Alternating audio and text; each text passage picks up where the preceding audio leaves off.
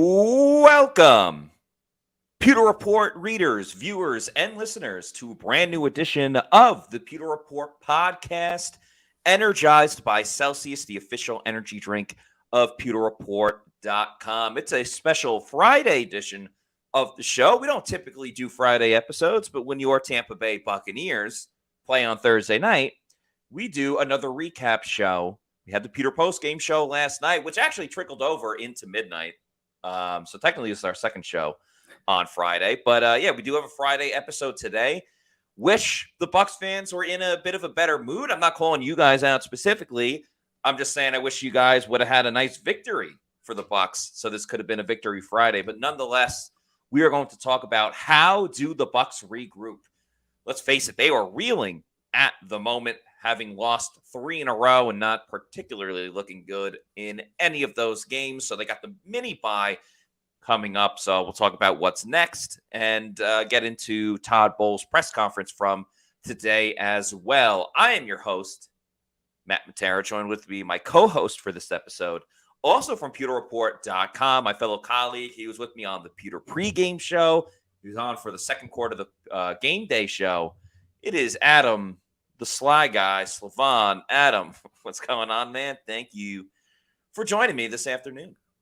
Yeah, what's going on? I can't really think of any better way to spend a Friday than to be on the Pewter Report podcast. So excited to get into it with you and cover the latest and greatest Bucs news. Yeah, we are, we're right about that time on a Friday afternoon, happy hour. Some say it's 5 o'clock somewhere. It will be 5 o'clock, but maybe you're just getting off of work, having that post-work drink going on. So feel free to join us. We're going to have this as a little bit of a therapy session as well for Bucs fans. Yeah. So obviously all super chats are welcome. If you want to super chat us, you get to cut the line. We'll put your comment up first, and we'll get to some comments from everybody as well. Starting off with our main man, Paul, a.k.a. Florida Dreamhouse, who says, kudos to SR asking Bowles the questions we want answered. Also, kudos to Matty Diamonds for being live, talking Bucs for pregame, live game, and postgame. That's a long day for broadcasting and the show today. I appreciate the kind words. I really enjoy doing it, though. So I don't really think of it as going on for mad long, because just having fun talking Bucs with all the great Pewter people. And by the way, 2-0 on my Bucs picks. Sorry the Bucs lost, but you've tailed my picks. Bucs covered. So you were rooting for them anyway. And you would have won. Matt, you do deserve the shout out, though, because that was a long night of broadcasting. So kudos it is to what you. it is. Part of the gig, you know what you sign up for. Robbie Garden also thanking SR, who is not on the show today. Thank you for asking tough questions about Neil at the press conference today. Adam, we'll get your thoughts on the game in just a minute, but why don't we pull up that quote? So Scott essentially asked, is he considering replacing safety Ryan Neal for D. Delaney? Something we've talked about a ton. And Todd said, I think if you knew what the coverage was supposed to be, you wouldn't be blaming Ryan. And this is specifically the Dalton Kincaid touchdown. And then Scott asked him to elaborate on what the coverage is supposed to be. And he said, no. We talk about everything in the meetings. We handled it. So Todd very much keeping it in-house. And even though he said it wasn't on Ryan Neal, I'm looking forward to checking out the All-22, because it still did look like it was on Ryan Neal. And it wasn't just that one play. There were multiple occasions, once again, where Ryan Neal just flat out struggled at the safety position.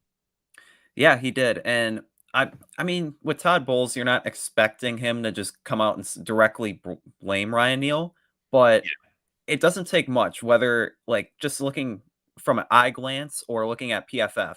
Ryan Neal was the worst defender on the field last night for the Bucs. And that Kincaid touchdown, I mean, he was the only defender near him. And it was kind of a questionable play call from Todd Bowles, just based on the personnel usage and the coverage on that play. But at the end of the day, Ryan Neal did not keep up with a rookie tight end. And as a safety, this season, it's just been a concern with him, with his agility, his speed, and he really does play better in the box than expecting him to really trail defenders. So there should have been somebody else on that play alongside Ryan Neal, but it also was on Ryan Neal. And head coach Todd Bowles, he just kind of was covering for his guy there. Yeah, and we've seen Todd do that before, most notably with Get Live 45, Devin White. But yeah, I mean, it's two different thoughts because Bruce Arians would be the first guy to be like, oh, yeah, he messed up there. That's on him completely. Where Todd is definitely the other way. And, who's to say who's right and who's wrong? But, Bruce Arians has a Super Bowl ring and Todd does too, but as a defensive coordinator, not as a head coach. Gary Buff says, start Delaney, teach Palmer how to block, and stop the dumb penalties. So that's actually another thing. And I know we're still delaying Adam getting your thoughts in total on the game. But Greg Allman from Fox Sports had a good question about Trey Palmer because Palmer has had 2 holding penalties in the last 2 games or the last 3 weeks. He obviously had in last night's game, which, quite frankly, I don't think was the worst play by Palmer. Like, it didn't totally look like a holding.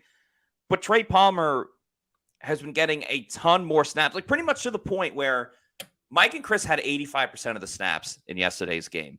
Trey Palmer had, I think, 81. 81 or 82. So, he's playing essentially the same amount of time and is just providing nothing in the offense. He had 3 catches for 22 yards in yesterday's game, and it hasn't really provided much. And he's getting costly penalties as well. And this goes, so here's what he said about Trey Palmer. He said, the over-aggressiveness, he's a very good blocker, and he gets on his blocks very well. Not knowing where the ball carrier is behind him, he's got to do a better job of letting go when the guys come outside, when he feels that defensive back is moving that way. Other than that, he'll be fine. I think he's a young player. That's not really a thought. He is a young player. Yeah. He's a rookie. He's maturing every week. I get what he's saying, though. And we like where he's at. We've got to get the holding down. And there was something about going up tempo, talking about Mike Evans, but Todd Bowles spoke a little bit more about just the up tempo.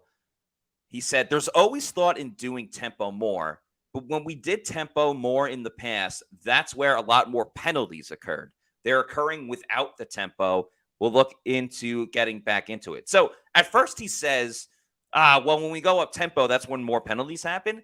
And then he's like, actually, we kind of just get penalties all the time, whether we're going at our own pace or not. So a little contradictory from Todd Bowles there. Yeah, and when you kind of mentioned Trey Palmer and his usage last night, what I kind of want to see is another veteran wide receiver added to the mix because beyond Mike Evans and Chris Godwin, they're relying on a lot of rookies and a second-year guy in Devin Tompkins. And one option could be calling up a guy from the practice squad like David Moore, a guy who has experience in Dave Canales' system. But with the holding penalties, I think Rakim Jarrett had one last week as well. It's just a lot of young receivers making mistakes when they could potentially look elsewhere.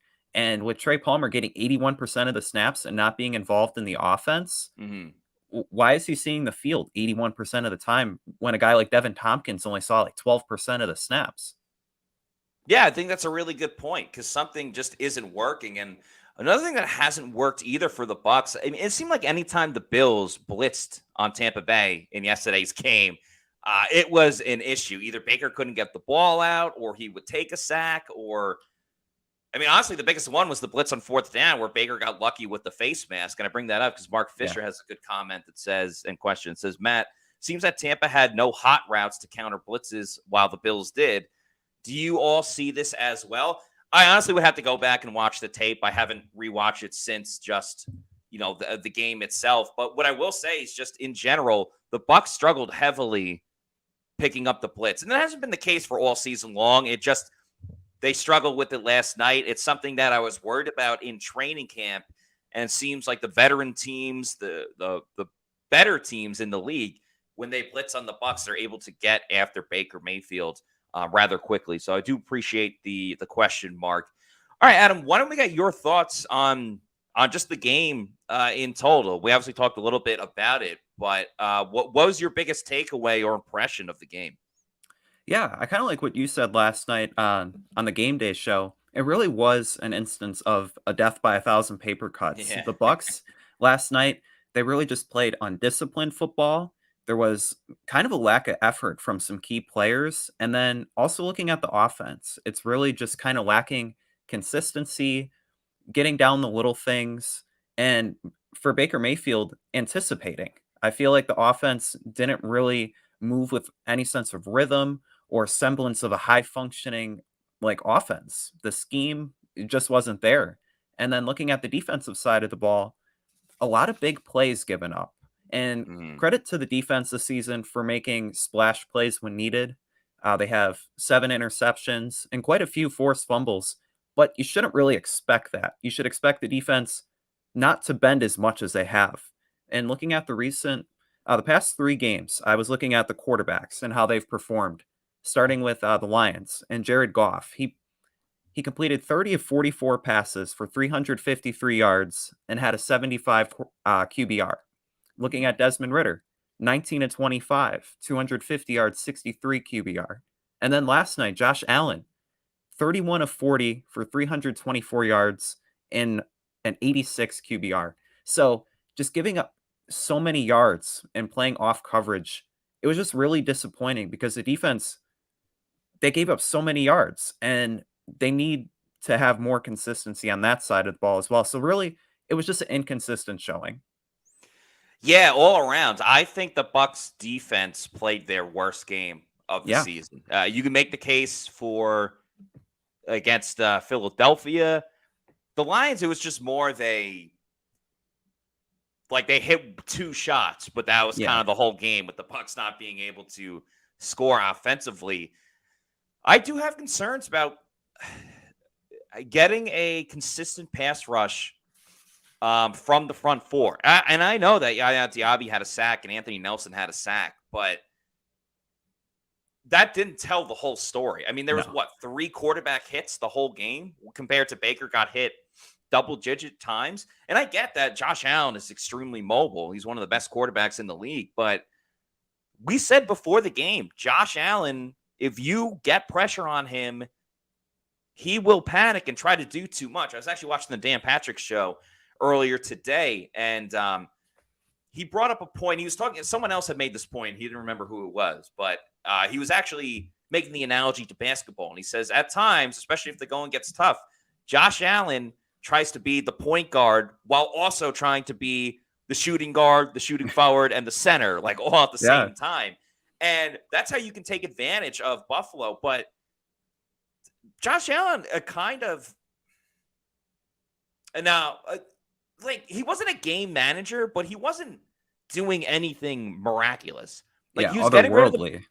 he was getting rid of the ball rather quickly, just kind of trusting his playmakers. And then when he needed to make a play, ipso facto, rushing for that touchdown, Josh Allen was able to do it. But part of that was because he didn't really have too much pressure on him for the entire game. I mean, the one time that they truly got a big opportunity on him was when the Bucks capitalized on the Antoine Winfield Jr. tip pass that went for an interception for Will Golston. And oh, by the way, the Bucks won the turnover battle again by a score of 1-0.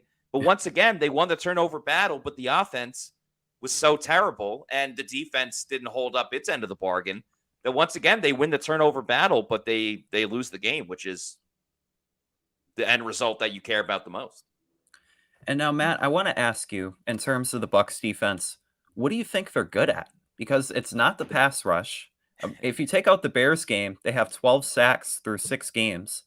The coverage, I mean, mentioned the quarterbacks being able to throw at will, and Josh Allen he doesn't have to do too much because the wide receivers are open every play. Yeah. The defense sets a high standard under Todd Bowles, but they've left a lot to be desired. Yeah, I think that's a really good question, Adam. My response to that would be that the Bucks have 3 players at all different levels that are cleaning up for a lot of the inefficiencies of this team. And clearly they were missing it last night with nose tackle Vita Vea up the middle. Vita Vea cleans up a lot of the issues on the interior defensive line, and that's why Vita was leading the team in sacks. Like, not Shaq Barrett at outside linebacker or Joe Tryon-Shoyinka. No, it's Vita Vea at nose tackle, which is extremely difficult to do, especially when teams try to double team him. We've talked until the cows come home about the struggles that Devin White has had this season, but on the flip side, Levante David is, I said this last night, is reverse Benjamin Buttoning and getting better as he gets older. And the problem in the secondary, and once again, like Antoine Winfield Jr. is that third player of just game changer, world beater, doing everything for the defense. I don't even particularly think Carlton Davis and Jamel Dean have played bad, or Zion McCollum when he's been able to play. But and They've kind Todd of Bowles just been there. they've kind of just been there. They haven't made the splash play. Like Jamel Dean made a really good play on that 4th and goal play, knocking the ball away. But what if he gets his hands on it? Then he's taking it 99 yards the other way for a pick 6, and that changes everything in the game. But Todd Bowles had another very interesting answer. He was asked about just like, obviously Carlton Davis and Jamel, but particularly Carlton is great playing man-to-man. But why are you playing zone a lot? Yeah, why are you playing so much zone? I'm trying to find the quote specifically for everybody. He kind of just mentioned that he doesn't have 5 man-to-man corners. Yes, okay. This is what he says. He says, I would love to, but being that there are 5 receivers and we don't have 5 man-to-man guys, it's kind of hard. You put some other people in danger when you do that. We played a little more man last night than we normally play, but we've got to think of everybody and everybody's situation, not just those 2 guys. Now, I don't necessarily know if, and he would know better than me, he's the head coach, but we just said Carlton and Jamel are 2 guys that are good at man-to-man. Last week, Todd Bowles admitted, and we got a couple super chats to get to. I see them. We'll get to them in just a second. I really appreciate you guys. Todd Bowles just said last week that the reason why Zion McCollum got more playing time and why you saw less of Christian Izien is because they like Zion in certain man-to-man matchups. So they trust Zion. And he didn't see the field last night. He did not get 1 snap on defense. So that's 3 right there.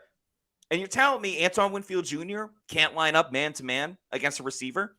Chris Izien? And Chris Izien as well. Like, that's why he's playing in the slot, so he can play man-to-man on some of these receivers. And that's 5 right there. That's 5. And once again, just contradictory things from Todd Bowles. And that got himself into trouble last year, and we're kind of pointing it out again. But let's get to some of these super chats, starting out with David Van Dunn. Sorry if I'm not pronouncing that right, but thank you, David, for the $4.99 super chat. Who says, "Hey guys, love this podcast. To listen to you guys every day. Appreciate that, Thank David. you. One question: is there any chance we get Derrick Henry? It would open so much for us." Appreciate the question. No, there's very, very little chance. The Bucs just don't have the money for it. They could not right now afford Derrick Henry. They're paying the Tom Brady credit card. A lot of tweets have come out about, yes, the Bucs are eating it all this season, but next season they'll be rip-roaring ready to go when it comes to their salary cap. So credit to Jason Light and Mike Greenberg for coming up with that. Also, the Bucs don't really want to give up too many draft picks right now. Let's also remember one other caveat in this. The Bucs play the Titans in 2 weeks, and I feel like that kind of adds into it. Like, you don't typically trade with the team where you're going to face that guy a week or 2 later. So I appreciate the question, but there's maybe 1% chance that this would go down. But it's unfortunately, it's not going to happen. Especially with Chase Edmonds also coming back. I feel like the Bucs are just going to ride out the season with White and Edmonds. Now, next season, in the offseason, the free agency cycle, they may look at getting a bigger running back if Rachaad White doesn't have a second half breakout. But in terms of Derrick Henry, that would just eat up too much money when running back's not that highly valued of a position. So Jason Light and Mike Greenberg, they're really smart with using their money. They're not going to go after Derrick Henry. Yeah, well said, Adam. Bill Devers, thank you for the $1 super chat. You had another comment in there, so let me find it. Found it.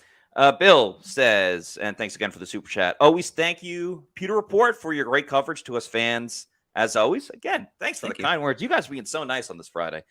Yeah. Not that you guys are typically mean, but anyway. What was going on with the miserable officiating and losing their whistles at the end of the game?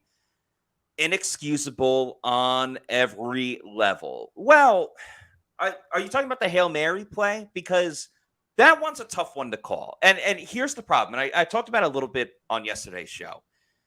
The issue is you bring in the human element. And it's a Hail Mary play. Everyone's trying to just find the right kind position. Of box each other out. Yeah, and that's what Todd Bowles said as well.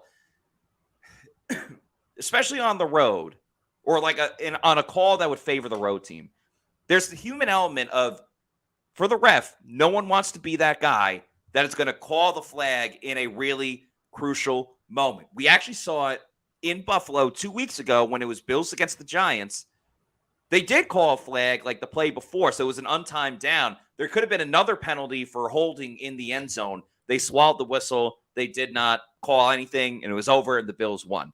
You could also turn to, this was a couple of years ago, remember the Super Bowl, the Harbaugh brothers, when they went against each other, the Ravens and the 49ers. 49ers made that comeback at the end. The Ravens had the lead.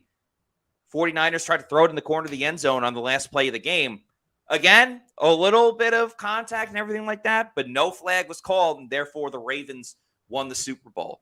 I hear your point, but then also if you look at if you watch the play again, yes, Chris Godwin gets turned around.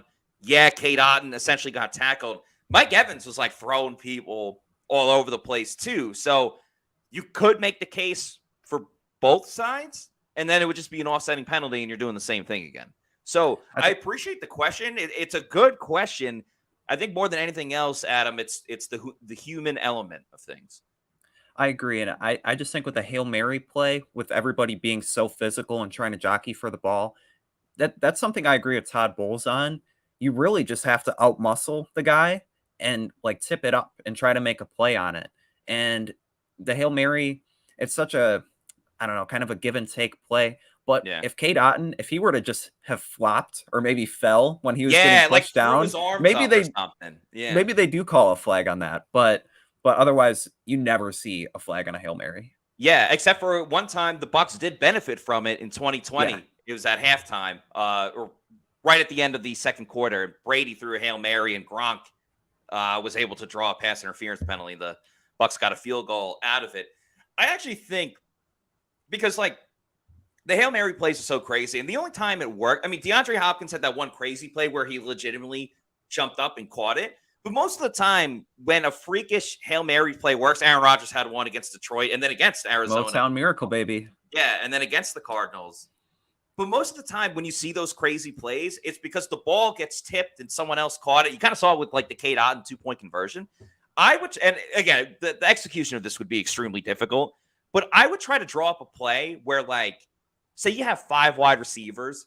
I would send like 4 of them to one side of the field and then have the 5th wide receiver kind of trail a little bit. So like as soon as the ball is thrown, whoever's guarding that one receiver on the other side gravitates towards the football.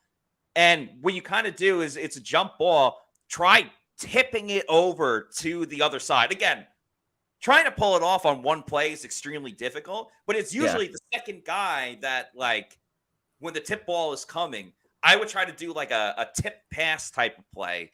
Kind of like a volleyball thing. Sort of, yeah.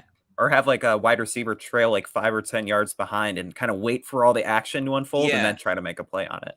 Yeah, that would I don't know. That would be my suggestion, but it's very difficult to come up with. But something that is easy, I should say, is picking what energy drink to have on this Friday afternoon. And that, of course, would be Celsius Energy Drinks, the official energy drink of PewterReport.com. Check out all the great flavors that they have, including their newest flavor, the Cosmic Vibe, which is a sparkling fruit punch.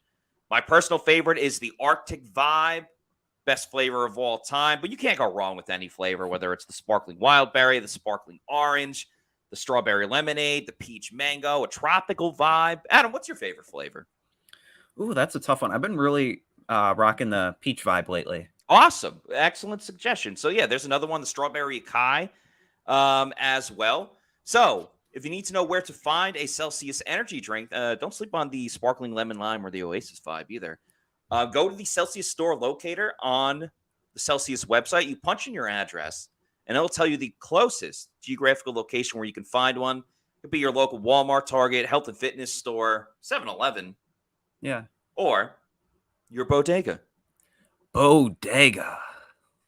And once you keep going to your bodega and you're enjoying getting a Celsius, but you're like, as great as this is, I want more. I want to get them in bulk. Is that possible? Yeah, it is possible. You go to Amazon, click on the subscribe and save, get it in bulk. You can get one flavor, but I also recommend getting that variety pack because variety is the spice of life, and there's so many awesome flavors of Celsius. We just told you about them. So, Amazon, subscribe and save, have it sent to your residence every week, month, quarterly, yearly, whenever you want. You're in charge of it. You're the boss. Go ahead and do it. Celsius Energy Drinks, the official sponsor of the Pewter Report podcast, the Pewter Game Day show as well. Make Celsius your number one pick. Got a couple more super chats to get into. This one is a positive one from Nicola, who I'm glad I'm seeing some positivity from Nicola because there was a lot of typing in caps lock during yesterday's game, feeling the passion of the Bucs-Bills game last night. But Nicola, mere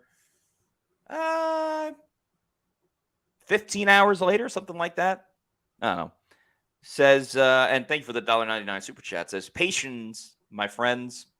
It's a new offensive coordinator with many rooks. Yeah, I like the comment. Adam, how do you feel about towing the line of like, yes, it's a work in progress? We've heard Dave Canales say that multiple times versus, man, at some point you got to get it together. Where do you fall on that?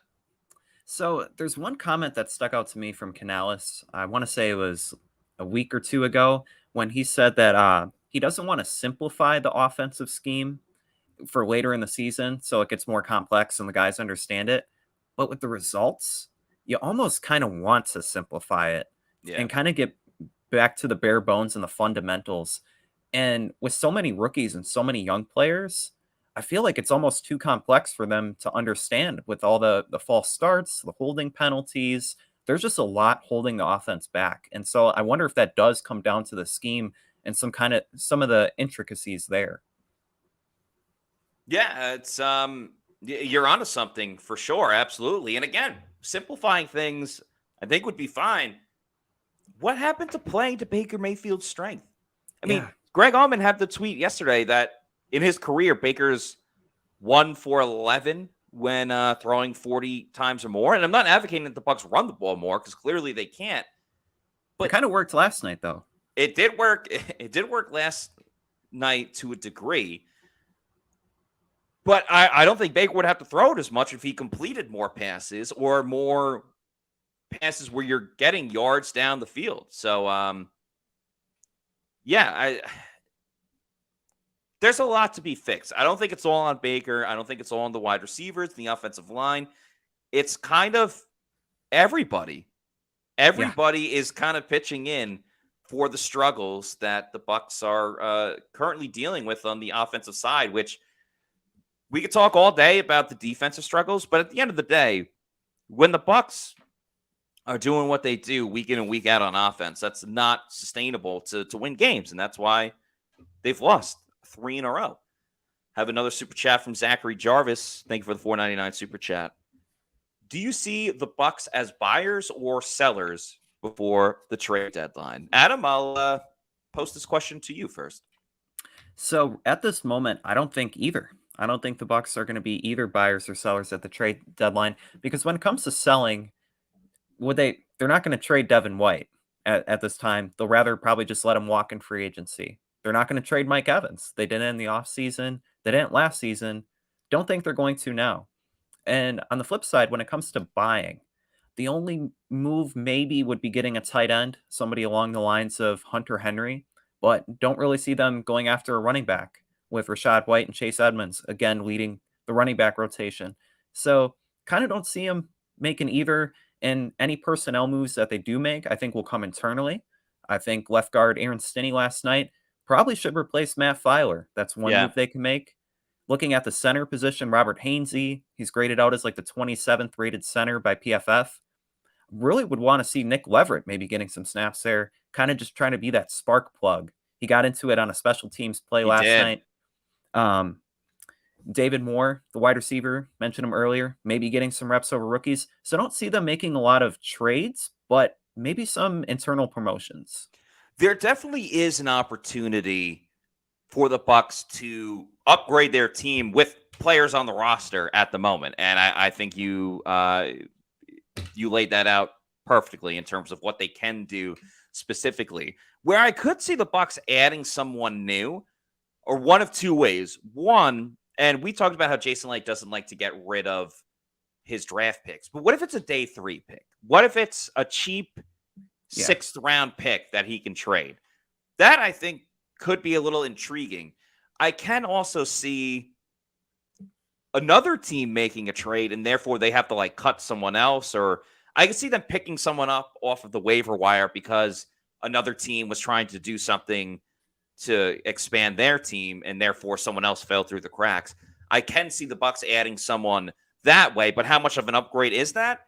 It would have to be another veteran type of tight end or something of that nature. And let's face it, the Bucs have been down that road the past couple seasons with, Kyle Rudolph, for example, and that really didn't make any type of upgrade for the team. So I think the true answer is that, and this will drive Bucs fans livid, and I don't necessarily blame them.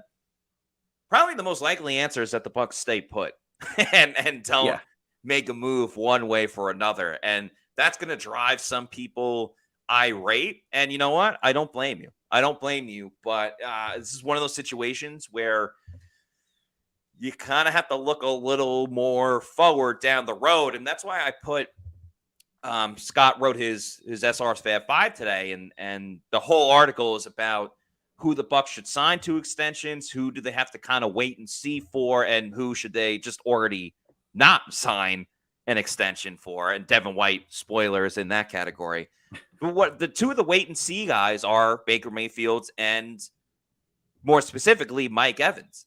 And I think that's why, they're not going to be sellers and trade Mike Evans, because if Mike figures it out, he's 10 years into his career, he knows what he's doing. But if Mike improves his play this season, which has been so on the year by Mike Evans standards, he's still on pace to get 1,200 receiving yards.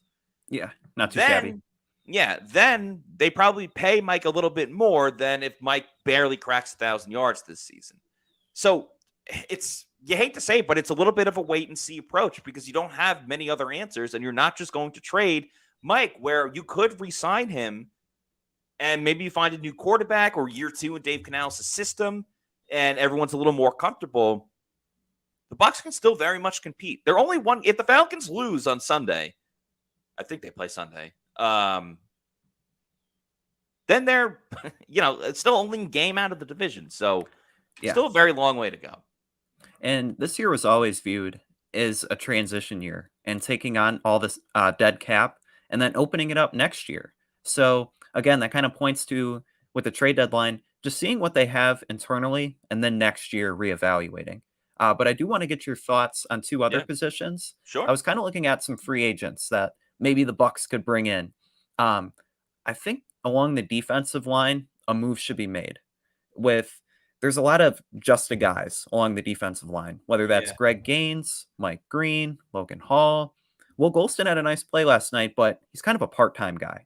Yeah. So 3 players I was looking at, maybe the Bucs could call up Akeem Hicks, bringing him back. No. Matt Ioannidis, who started 13 games with the Panthers, and Carlos Dunlap, who had 4 sacks last year and graded out well. Maybe bringing in a veteran with so much uncertainty along the defensive line would be a welcome addition. And then also the tight end room with Payne Durham, Kokeeft, they ain't it. But maybe elevating Tanner Towla or Max Williams from the Cardinals, who in the past, well, he's a free agent now. In the past, he's graded out as a plus run blocking tight end. Maybe that's the way to go, because they aren't catching passes. So maybe just having an extra blocker. Want to get your thoughts on those 2 positions. So I'll start with the tight end. I love that suggestion, because Towla was a guy that really stood out in training camp. And it's one of those things. It's not like Kokeeft and Payne Durham are doing anything. I mean, Payne Durham dropped a wide open pass. So it's one of those, like, in a typical year, you wouldn't be like, oh, you know who the Bucs are missing? Tanner Towla. But when no one else is performing, and Cade Otton is getting targets, but like, what is he really doing with those targets? As soon as he gets the ball, he's tackled. I love that suggestion, because you're not really going to find anyone better at the moment. For defensive tackle, Akeem Hicks, been there, done that. I want no part of that, and he's very injury prone. I do like the idea of Dunlap and Ioannidis, though. I don't really have a pecking order of one or two, which one I would want more. I mean, maybe Ioannidis because he played in the division and might have a little, insight and input, but I don't know how much input you need to play against a team that hasn't won a game yet this season. But I'm with you. This defensive line needs a little bit of something. I mean, if Vita Vea comes back, I think you just have to kind of deal with, Kalijah Cansey's a rookie and figuring it out. And Greg Gaines isn't always going to play 70% of the snaps like he did in yesterday's game. I would actually play Will Golston a little bit more because let's remember, Logan Hall was dealing with that groin injury yesterday. So that limited him a fair amount. And I think that played a little bit into, why the Bucs weren't able to really generate much pressure at all. So again, there's not easy answers, but I would go in-house and kind of elevate Will Golston a little bit, see what he can do with a little bit more playing time. I'm not talking about a crazy amount, but he's played more snaps in his career than he has this season. And I know he's older, but he keeps in shape. And I don't know, that's he's only like 31. Yeah, he still has a couple years in the tank. And he's going to have some extra juice. He just had an interception. Exactly. But you mentioned Kalijah Cansey, and at this point, with being a rookie, if Vita Vea is not playing, his impact is very questionable. It does seem like he needs that presence of Vita Vea to eat up blocks and then kind of get along the side and get that burst and use his explosiveness to get to the quarterback. Yeah, it seemed like his pass rushing has been a little bit better than his run stopping early on. And unfortunately, a little bit has to do with his size. He is a smaller defensive tackle. So taking on those double teams are more difficult for a guy of his size versus some of the other defensive tackles that we've seen around the league. Let's keep it going with the super chats. Thank you to Clinton Harrell with this $2 super chat who says, A+, and we have one hell of a 4-minute offense. I don't know if that's sarcasm there because the Bucs took so freaking long to move the ball down the field to make it a one-possession game. I personally would love to see the Bucs do more up-tempo offense. I feel like we really haven't seen that much at all this season. And I feel like when teams typically go up-tempo at a random point in the game, it kind of works for everybody. And the way that the offense has struggled consistently for weeks now, why not give it a shot? I agree. And it worked to some extent last season. But with Todd Bowles saying today that getting all the penalties when going up tempo, it kind of begs the question if they will, but kind of, again, just simplifying the offense, going up tempo, maybe catching the defense off guard. They have to try something new to get better results. I think Scott, he said it recently. Insanity's doing the same thing over and over again, expecting different results. And simply the past 3 weeks, that's what they've been doing. They haven't had a good showing on offense since October 1st against the New Orleans Saints. Yeah, you're spot on, Adam, with that analysis and what you just said. Got another super chat from got a super chat from Mr. Big Pun. Thank you for the $1.99 super chat that says, any more BAs left? Tired of BS conferences. I'm not entirely sure what you mean. Feel free to comment again and elaborate. Unless conferences you mean coordinators and BAs you mean, are there any other like Bruce Arians, modern day Bruce Arians out there? He's kind of one of a kind. Yeah, he is one of a kind. I don't know any off the top of my head. I'd have to do a little extra research for that, but they're not going to give up on Dave Canales. What is it, 7 games into the season? But nonetheless, I do appreciate the super chat. And this one kind of goes back to the up-tempo we were talking about. Malchior7, thank you for the $5 super chat, says, I wasn't a fan of our clock management at the end of the game. Timeouts were used too fast and before the 2-minute warning. Okay, interesting. So you're talking about the defensive side of things. Mm-hmm. Yeah, it is very interesting how teams and coaches specifically use their timeouts, especially when you have the 2-minute warning there. Because here's the only thing that I think hurt the Bucs with Todd taking those timeouts when he did. And I understand Todd has all the trust in the world in his defense. Yeah. If you save one of those timeouts,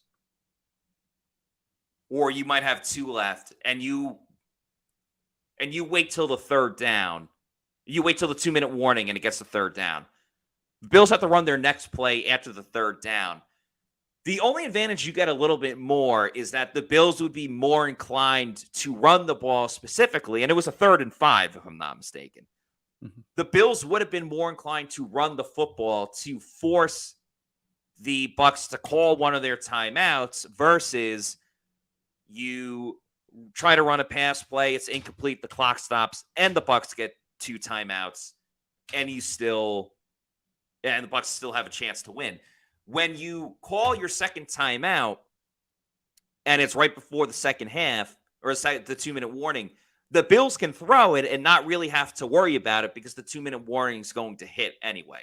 I don't necessarily think Todd Bowles handled it in the wrong way. It's just a little bit of a different philosophy one way or the other. But curious to see what other people think about that as well. Yeah, I think you have great analysis there. I do want to get your thoughts on a clock management issue in the end of the first half Yeah. with 19 seconds left.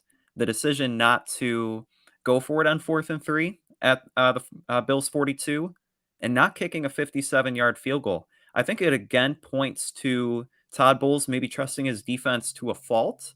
And I know in his press conference today, he said otherwise Buffalo would have got maybe in field goal range. And while that is a point, that is a good point, it was a 13-10 game. So even if they get a field goal, it's a 16-10 game. Bucks could score a touchdown and have the lead.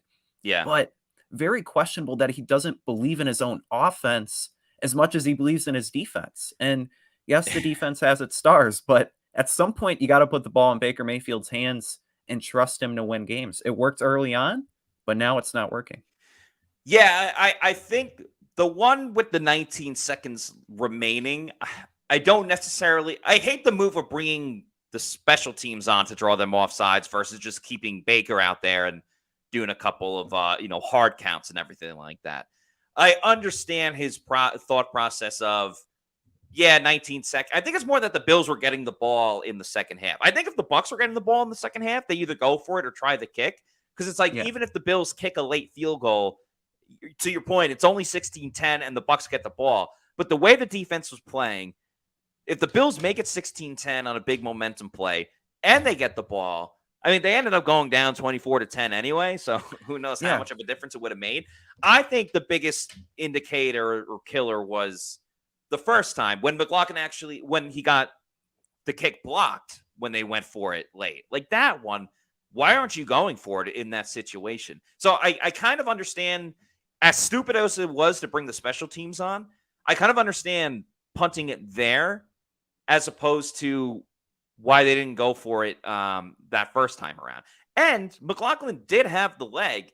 I think Made a 57-yarder. Yeah, I do think it's really a lot to consistently ask your kicker to hit 57 and 59 yarders, especially in a place like Buffalo.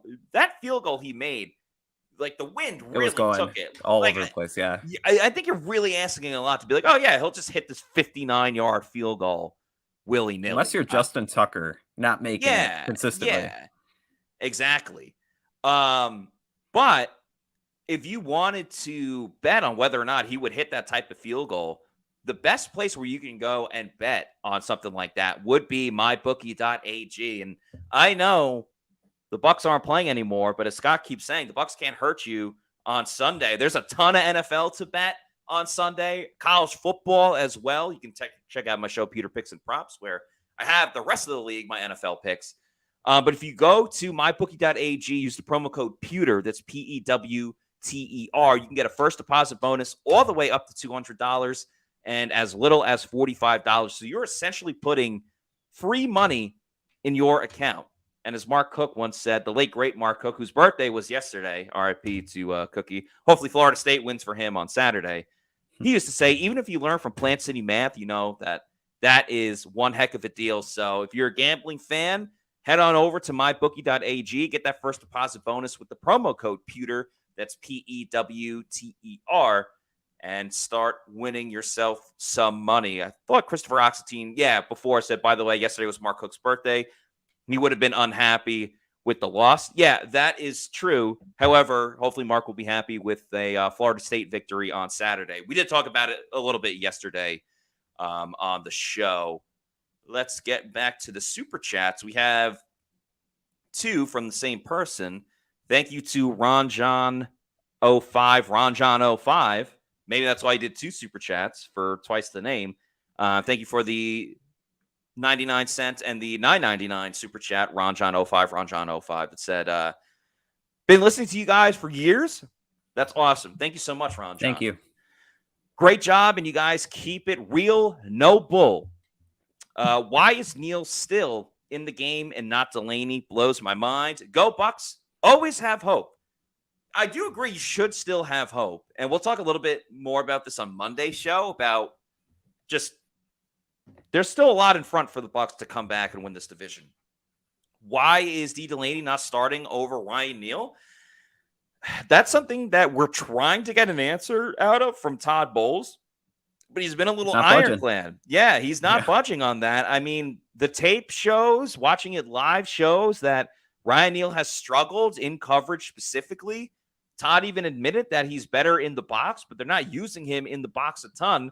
And it's not like the Bucs have been stellar stopping the run in the past couple of weeks. I mean, I think the Bills had 115 rushing yards. The Falcons had 155 the week before, whatever it was. So it's not like Ryan Neal's making a huge impact stopping the run as well. He did have that 1 tackle on 4th down against the Eagles, but for all the plays that he's messed up, the one play he did make, I don't think it's not an even split. You know, it doesn't counteract for it. So that would be one of the first moves I make is throwing D. Delaney as a starter at safety. But Todd Bowles ain't moving. Todd Bowles ain't breaking at the moment. No, but even if, depending on the scheme package of the defense that goes out there on the field, using Ryan Neal in the box, putting D. Delaney back there, I think maybe splitting the reps. If they don't want to just full-on bench Ryan Neal, at least make it like a 50-50 split. Yeah. See who's better. Is it D. Delaney for a game? And if it is, make him the full-time starter. Kind of like the same thing with last season at the left guard position when Luke Gedeke wasn't it. Halfway through the game, putting Nick Leverett in. Is there a spark there? I think that would be a great solution if Todd Bowles doesn't want to admit a mistake and bench Ryan Neal. I think that's a really good idea. Will they do it? I'm unfortunately going to have to say no. Let's get to a couple more comments here. Gary Buff says, "What's up with Logan Ryan?" Logan Ryan's a free agent. I think he's doing some media stuff. He hasn't announced a retirement or anything, but I think he's just chilling for now. I do like this comment from Russ Weeks that says, Eagles can sign Julio Jones, but we can't sign Ndamukong Suh. Well, Ndamukong Eagles like taking our Bucs players because they took Suh last season. Right, but Ndamukong Suh isn't just going to play for free. Yeah. He's obviously a very financially savvy guy.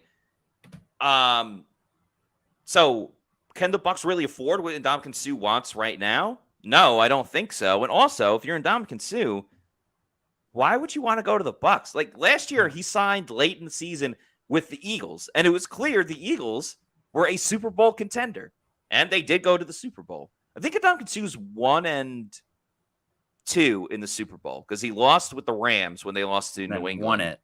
And then won it with the Bucs and then lost last season. So if you're Ndamukong Suh, you're in no rush at all. Just wait until a team needs some extra D-line depth. Go to a first-place team. You know? Like, if Kansas City wanted an extra defensive lineman, why wouldn't Ndamukong Suh pick the Bucs over Kansas City? Exactly. You know? It doesn't make sense from a Ndamukong Suh standpoint. For a Bucs fans, you'd be like, great display, Mr. Suh. Yeah, welcome back. Yeah. You know? I do appreciate the question, though. Yeah, Richard says it best. Suh wants to sign with the contender. Also, I mean, Julio Jones is a shell from former self. What do you have? One catch? I mean, granted, it was his first game, but he had one catch with the Eagles. He's there as an insurance policy. He gets injured all the time anyway. In recent seasons, he's been like the wide receiver version of Jimmy Garoppolo. Like, by midseason, you're just expecting him to be injured. So, Rashad West says, trash time. Curious when Adam, for you, like what would the waiting period be before Kyle Trask plays? What would you have to see in order to be like, all right, it's time to go with Kyle Trask? You get what I'm saying? Yeah, I get what you're saying. So the Texans game, start Mayfield, Tennessee, 49ers. If those 3 games the Bucs lose and they're sitting at 3-7, it may be Trask time. Yeah. I can see that. But with the Bucs, after the 49ers and the Jaguars, I was looking at their schedule, are the only 2 really like good teams that the Bucs are playing. Otherwise, it's just a lot of division opponents like the Packers and just a lot of So the Bucs have a lot of very winnable games ahead. And keeping Baker Mayfield in does make sense. He has led a team to the playoffs before. But if the Bucs, they fall to 3-7 and they want to see Kyle Trask before evaluating some quarterbacks next year, I think that would be a more realistic timeline. Yeah, I think you're spot on with that. You know, Scott had said yesterday too, because they play the Texans and the Titans next. Those are kind of must wins at this point because they're going to get throttled by the 49ers. But even after they get throttled by San Fran, they'll be 5-5. And yeah, the rest of the games of the season, the Jaguars are the toughest one, and that's a home game for the Bucs. So you never know. But that's kind of one of those things we'll talk a little bit more about on Monday's show. We got a couple more super chats to get to. Starting out with my dude, Kyle Dugan. Thank you for the $6.90 super chat, Kyle.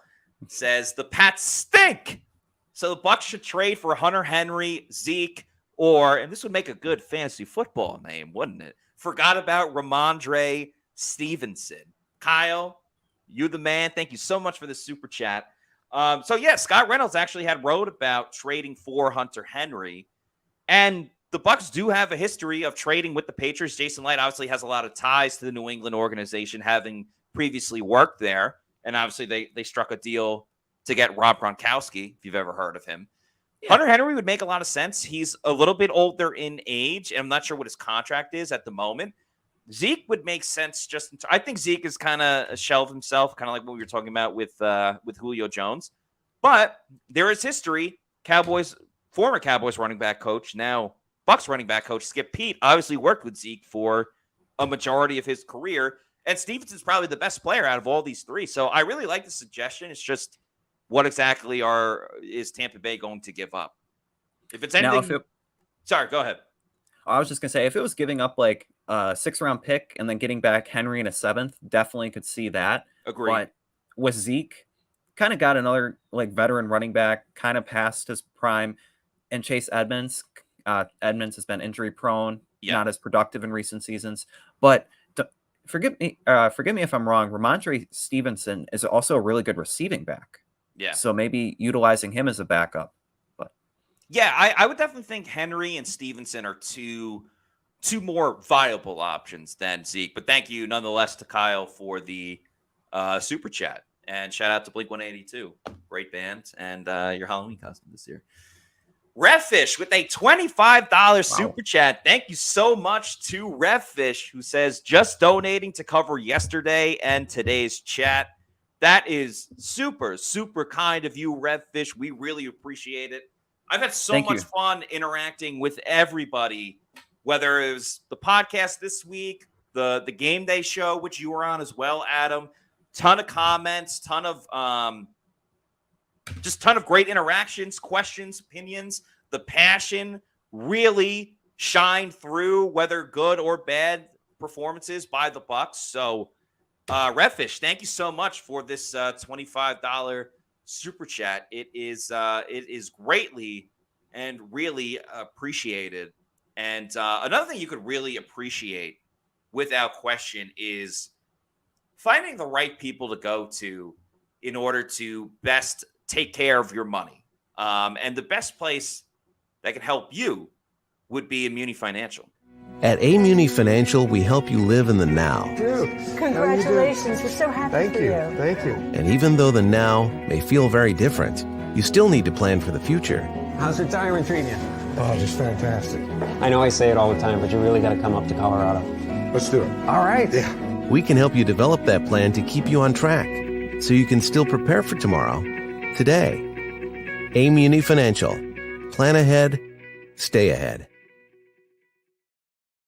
That's right. Immunity Financial has proudly been serving clients all across the country since 1980. They can help you out with a number of things, including brokerage services, investment banking, annuities, sales and trading, and things like opening up a college savings account if you have a child that wants to go to college at one point or another. They have offices all throughout the United States. It's not just in Tampa. You can find one in upstate New York. You can find one in Oklahoma, anywhere really. So give Immunity Financial a call today. Get a free consultation. It's absolutely free. Why not take advantage of it and check out how Immunity Financial can help you? By the way, if you're not already doing so, please like and subscribe to our YouTube channel. Please follow us on our social media. It's at Pewter Report on X, Instagram, Threads, and Facebook. And our YouTube channel is Pewter Report TV. Like and subscribe to our YouTube channel, please, por favor. We would really appreciate that. So comment on this video as well with your opinion of the game or really anything that has to do with the Bucs. That really helps grow our audience on this YouTube channel at Pewter Report. So we'll keep doing the podcast. We'll keep putting out various clips from practice and press conferences and have all different opinions about the team. I got Pewter Picks and Props that comes out each week. You can still check out my NFL picks for the games going on Sunday. Scott always has the Pewter Pulse going. So before we wrap things up, Adam, any last words about this team? What you want to see moving forward, or just the state of the Bucs at the moment? Yeah, so really, when it comes to regrouping, it's a culmination of things. On the offense and defensive side of the ball, I think we've kind of outlined each of those main points. But Todd Bowles today, he kind of brought it back to center and just being able to clean it up together with all 53 players on the roster. And he didn't place any blame on anybody, not Ryan Neal, not Devin White. Really just wants to see all the guys coming together, and they have some time to. They have that little mini bye week where they ramp up against the Texans. And Baker Mayfield, this 3-game stretch that he has ahead is going to determine a lot about his NFL career and his future with the Buccaneers. So that's kind of where I see the Bucs right now. Baker Mayfield really needs to get it going. The offense needs to start scoring, and there really just needs to be execution on both sides of the ball. Yeah. So many people need to do better. Todd Bowles has to. I mean, someone should have been calling for more up tempo and probably should have been the head coach. Dave Canales needs to be better. Baker needs to play a lot better. Really, everyone on offense needs to play better. And they need to generate more of a pass rush on the defensive side of the ball. Christopher Oxentine says, take it easy. By the way, Bad Boys 2 is my favorite of the Bad Boys franchise, Adam. I think he's looking at your poster in the background. Greg DeCruz says, FLORIDASTATE, Florida State, Florida State, Florida State. Woo! Playing at noon on Saturday. Yeah, fun college football. You got Oregon against Utah. That's a pretty big game. I think I'm going to take Utah in the points. They're like a 6-point favorite. So, and they're home. So I kind of like that. I like the over in the Florida State game as well. But we'll be back on Monday for a new slate of podcasts. Scott will be returning on Monday. We'll look at what's ahead for Tampa Bay. Russ says, do you blame Mike Evans? No, I don't blame Mike Evans. He needs to make his catches. They need to scheme some things up for Mike Evans a little bit more. So that's going to do it for us. I hope everyone enjoys your weekend. Happy Halloween weekend. I know it's not until the 31st, but feel free to put in the comments on Monday's show what you guys are dressing up as for Halloween, if you're doing so. But in the meantime, we'll be back on Monday at 4 o'clock. But until then, for Adam Slavon, I'm Matt Matera saying thanks, everybody, for watching. Have a great weekend watching more football, and we'll see you guys on Monday for another edition of the Pewter Report podcast. Halloween weekend. Let's go. Peace out.